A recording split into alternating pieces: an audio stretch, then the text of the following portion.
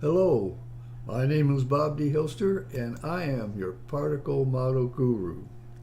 Today we're going to talk about a simple circuit using just a battery and a resistor, and try to talk about it in terms of what's real and what's not real and how that circuit works mechanically. Okay, there are two standards that are needed to define the parameters of an electrical circuit. There is a standard for the battery, and it's in volts. There is a standard for resistance, and it's in ohms, named after people. Volta is the name, I forget his first name, Volta, and ohms is the name of a person. These are real. You can grab a hold of these things and hold them in your hand. They're physical, both battery and resistance. However, current is not real. Current is not a standard. You can't go anywhere and find a standard for current. You can't grab onto it and hold it. In fact, you might regret that you did, depending on what you grab onto. Current is equal to the number of volts divided by the ohms. It's an equation, and as I pointed out a number of times, equations are not necessarily real, and is measured in amperes, oddly enough named after another person. By the way, as a side point, if you're going to name something after somebody in a term like this, you find that you should be capitalizing the first letter in honor of the fact that it's a person. It's one of the reasons why hertz, when we talk about cycles per second, we use the word hertz. It's named after a person. H is capitalized. For example, here's a standard volt. You can look it up and go into the details. That's not the purpose of this report. Just another way of saying it's real. You can grab a hold of it, look at it, feel it, touch it. Same with the 1 ohm standard. Okay, this is an archaic version of presumably a 1 ohm standard used in 1917. Today, in 1990, it's a little bit different. These old standards are still used in some cases, but since 1990, the quantum Hall effect has been used to define the ohm with high precision and repeatability. So there is a standard for the volt and the ohm. So let's start with the battery and look at the symbol. Typical symbol of a battery. Actually, the long line indicates the positive element, and the shorter line the negative. And I continue to use plus and minus even though there is no charge involved. What I'm saying by the plus and the minus is that the flow of G1s enters the plus side and flows through the battery and out the negative side. Here's a wet cell picture of a battery, and it gives a little bit of chemistry. You have a zinc rod and you have a copper rod, and it's immersed in a salt solution. There's a barrier here. Actually, it still doesn't show the barrier. In any case, there's a chemical reaction in which electrons are released. It's going through a voltmeter, and they claim it's absorbed over here. I've seen slightly different versions, but nonetheless, you have a chemical process inside a battery causing, in this case, electrons to flow. In the case of the particle model, we have G1 particles flowing. But we have no charge. So what do we have? Well, I didn't show there should have been a third picture here where I had one compass on this round white piece of paper here showing that the magnetic field, the north magnetic field, is to the right. That's exactly the way it is on my computer desk. I did that first to establish the direction of the Earth's magnetic field. Then I added these compasses trying to get the the magnetic compasses to line up with this positive point, and then trying to get these to match and then these to match. You could argue whether I did a good enough job or not, but you can see in this case at least there is a flow. Now, standard definitions say, oh, well, this is plus attracting minus, plus attracting minus, plus attracting minus. That's their answer. I don't have a charge. I have to have a different answer. So then I removed these top two, and I maneuvered this around until it was stable and settled, and it landed in this position, not exactly pointing at the positive terminal of the battery. In any case, you've got this lining up, and the G2 force field is, as I explained with magnets, are causing this to be in position, and repulsion is giving it a direction, and it's out here not exactly where you expect it to be. Now, the battery is not, as you just saw, though this is a dry cell battery, it's not a homogeneous object like a magnet. You put a magnet down here, and you follow these, and you get a nice, clean, sharp, pretty picture. You put a battery down, and it's ugly, and it's hard to find, but something's there. Something's there, and it's not charged. That's my main point. So what is it? It's a magnetic field around the battery. And so I drew a picture here. This is my handiwork at doing art and graphs, pictures, whatever. And I have, as I said, the G1 particle flowing inside from positive to negative. And if there is a magnetic field, and believe me, it's not this simple. It's not the way it probably is in a dry cell battery, but for simplicity, I drew it that way, indicating there's a magnetic field around the battery. By the way, why do you think wireless chargers work? Wireless chargers work because a magnetic field from the charger pushes an excess amount of G1 particles through the battery. Of course, the battery has to be a rechargeable type, but it's because of the magnetic fields. So when the chemical reaction takes place, G1 orbitals are released in that chemical equation, and they're moving at about speed c because they're orbitals to start with.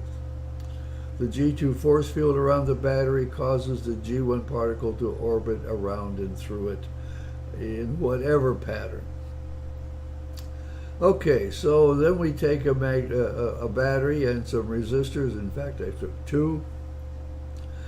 And what I'm saying by the title is the magnetic field that is the G1 field that's coming out of the battery.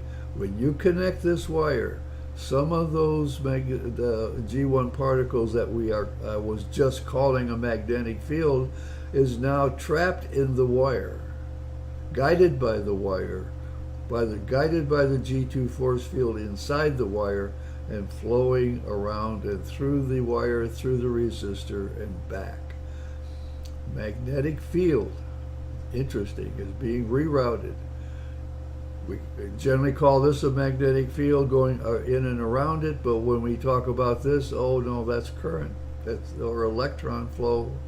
It's not a magnetic field anymore. In the particle model, it's the same particle. I'm going to go through a mechanical explanation of an electrical circuit. G1 particles enter the copper wire and are guided by the G2 force field, which exists in and around the wire, the copper wire connecting the battery and the resistors. Yes, there is a magnetic field around the wire. Now, it may be very small, hard to detect, but there's probably something there. When a G1 particle enters the battery, or enters the wire, or enters a resistor, and I've said this over and over again, they can pass straight through, they can hit the nucleus of the resistor, and in this case, push it. The G1s that hit and push will scatter out in all different directions. Or they can get trapped as orbitals. Those are the three things that the G1 particle can do as it enters an object. But we don't think of a resistor being pushed in the circuit, but it does. In this context, you can't apply the kilogram standard to the value of a mass. The flow of G1s from the battery to the circuit is not the same as the net G1 force field around the Earth. The G1 force field around the Earth comes from the G1 particle field, where the particles are all random all over coming at the Earth, and as they pass through the Earth, they get organized as a net force field, which most people call Newtonian gravity. The G1 force field is G1 gravity is Newtonian gravity. That's organized one way. Coming out of the battery, you have a magnetic field coming into a wire like a water hose. They're organized differently. So even though it's pushing, and even though you might consider the fact that it can have a kilogram value due to that flow, it's not the same as the standard kilogram value we use for weighing the resistor. Yeah, of course you can take the battery or the resistor out of the circuit, put it on a G1 scale, which is another way of saying measuring it using gravity, and measure its weight. It has a physical weight. But when this flow of G1 particles enters the copper wire or the resistor, it is in effect pushing, but we're, in a sense, we're not really interested in that. Just pointing out that that effect is there. Okay, so let's do a little bit a few numbers. Let's start. I'm just going to make an assumption that I got 1,000 G1 particles coming in to this 8 ohm resistor, and most of them are going to pass through. Most of them, I put this number up, 992, not just a random number, because yeah, this is an 8 ohm resistor, and you subtract 8 from that, you get 992. This is simplistic. These numbers aren't real. Just giving you the idea that most of them pass through. Some of them hit and scatter. That when they hit and scatter, that's where that loss comes from. Or they could get trapped. Trap may not happen very much. It does with electrostatics, but you don't see it so much with this resistor. So you got 992 into the 1 ohm resistor, and yeah, I'm losing 1 ohm, 1 G1 particle, ending up with this. So the question is, what's this number? This is one of the first things that I had to think through in doing this particular model is, what is the battery really doing in the circuit that makes it work? So what's that number? Okay, so I'm going to say that we have a battery that's generating 9 volts. It has G10, there's nothing coming in because this is an isolated battery, there's nothing coming in, and yet we have G1 particles coming out. And I'm going to suggest to you that there are 9 G1s coming out. 0 in, 9 out. In other words, it's the chemical action in the battery. However maybe I'm not explaining that well enough, but the battery has to be putting out something. It has to have some sort of mechanism that feeds the circuit. And these numbers are not right, but I'm using 9 volts to match the circuit I'm doing. There are a certain number of G1s moving out on the negative terminal. Most of the G1s entering the positive terminal will pass through, adding to the ones that the battery is already emitting. Batteries add G1s, resistors lose. Batteries are sources. Sources add G1s. Resistors, capacitors, inductors, copper wires lose G1s. Okay, so if it adds 9 to 991, I got 1,000 back, and wow, look at that, it matches. I rigged it. I admit it, I rigged it.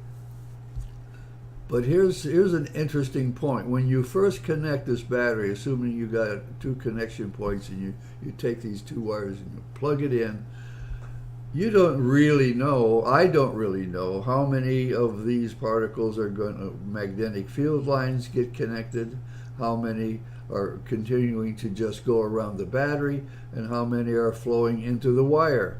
I don't know how many. It might not be 1,000. Let's say it's 50. So if it's 50, then you're going to go through here. If you only have 50, you're not going to lose 8. You don't have enough coming in to lose 8, so you're going to lose some, but very little. That's going to lose some, and it's very little. But you're going to get some coming in, and the ones coming in add to the 9 coming that it generates. And now it's, just for the sake of argument, it's 59. Okay, 59 now are coming out, and then more, and then more. Remember, the G1 particle, when it's released from the battery, is moving at speed c. So this is going, in this small circuit, I didn't even calculate the time, but it's very fast for that, for example, for one particle to get around the circuit. And so this process of going around and in a sense creating more and more and more until it outputs 1,000, at which point you lose 8, you lose 1, you gain 9, your circuit has reached a stable point, and it's going to do it very quickly, very quickly. Like I said, I didn't do the numbers. You could estimate the length of this and take the speed of light and do some numbers. It's fast. What happens if it puts out too many? If it puts out too many, it's going to lose a lot. If it loses a lot, then you're going to have less, ironically, less coming in, and then eventually it'll stabilize to this point anyway. The battery is actually a regulator that says, whatever the size of the battery is, however many it's going to put out, it wants to see a loss. It'll stabilize the circuit once the loss matches the gain. That's Kirchhoff's law all over again, for those electrical engineers who study that. That's a mechanical explanation. And while those G1 particles are going through, it's just pushing the resistor, but they're not going anywhere. They're tied down to the circuit. Normal G1 gravity is holding them on the table. But we need a standard electrical definition, because it got that way. They talked about charge and current and voltage and ohms, and to try to talk about this mechanically actually doesn't work. And it doesn't work because what you're interested in the mechanical model of this circuit is how much it's pushing the resistor. That's not very interesting at all to the circuit. What is interesting is how many it loses or gains. That's the interesting part of the electrical circuit. So you need the standard, and I talked about all this. The values of ohms and the values of volts are assigned by humans and do not occur in nature. The value we define. We build the model of a standard volt. We build a model of the resistance, and we assign the value. That's exactly what we do with the kilogram standard. We define what the kilogram standard is made of, how big and what shape. And we assign 1 kilogram to that standard. It's all human assigned. Everything is human. The fact is the circuit works mechanically, but we arbitrarily throw in this idea that that it's electrical. I hate to say this to the electric universe people, but it's mechanical. and we're just calling it electrical because that's how it got started. Current is not a standard, and that's just a repeat. We also define that by equation, and it's not real, even though we can physically hold on to a standard volt in our hand and an ohm. The particle model uses these standard values of resistance as used today. That it would be ridiculous to try to redefine all that. However, for the purposes of explaining the circuit, I assigned a value of 1 volt per G1. I got to make this point clear. This is not based on any physical property of the G1 particle. It's an assigned property. I assigned it. I did it right here, and I did it in the circuit, even though that's probably not the right number that needs to be assigned, but we assign it. Charge is an assigned value. An electron, if you have to use charge, it's an assigned value. It's not real. Even though I'm talking about 1 volt per G1, it doesn't have a physical property that gives it that value. Here's an interesting point now. The number of G1 particles flowing in this circuit is not current. The number of G1's particles lost in a resistor, let me say this over. Current is the number of G1 particles lost in a resistor divided by the value of the resistor. It's the number of current particles lost, not the number flowing through the resistor. We had 1,000 flowing through the resistor, but not exactly. It's not constant. No matter where you connect the ammeter in the circuit, it will read a 1 constant amp, 1 amp. Why is that? Why does it, even though the particles are different, the number is different at every point through the circuit, the number is different.